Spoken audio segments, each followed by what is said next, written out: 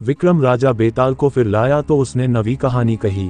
चम्मापुर नाम का एक नगर था जिसमें चंपकेश्वर नाम के राजा राज करते थे। उनकी सुलोचना नाम की रानी थी और त्रिभुवन सुंदरी नाम की लड़की थी। राजकुमारी यथा नाम तथा गुण थी। जब वह बड़ी हुई तो उसका रूप और निखार आया। राजा और रानी को अपनी शादी की चिंता हुई।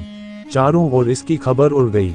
बहुत से राजकुमारियों ने अपनी अपनी तस्वीरें पोजन कर भेजी, पर राजकुमारी ने किसी को भी पसंद नहीं किया। राजा ने कहा, बेटी कहो तो स्वयंवर करूं, लेकिन उसने मना नहीं किया। आखिरकार राजा ने यह तय किया कि वह अपनी शादी उस व्यक्ति के साथ करेगा जो रूप और ज्ञान इन तीनों में बल वृद्धि होगी। एक दिन राजा के पास 4 देश के 4 वर आए।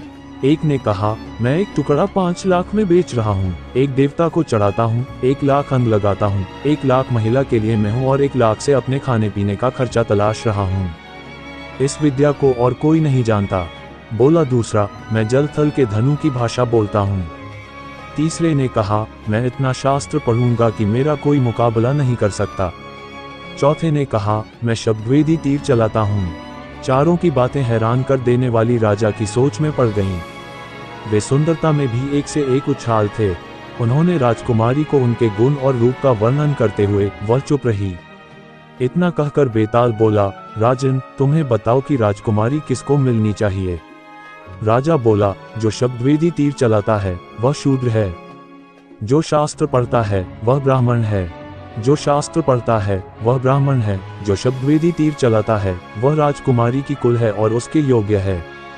राजकुमारी को वही मिलना चाहिए। राजा के इतना कहते ही बेताल गायब हो गया। राजा महाराजा वापस लौटे और उन्हें लेकर चले तो उन्होंने सच्ची कहानी सुनाई।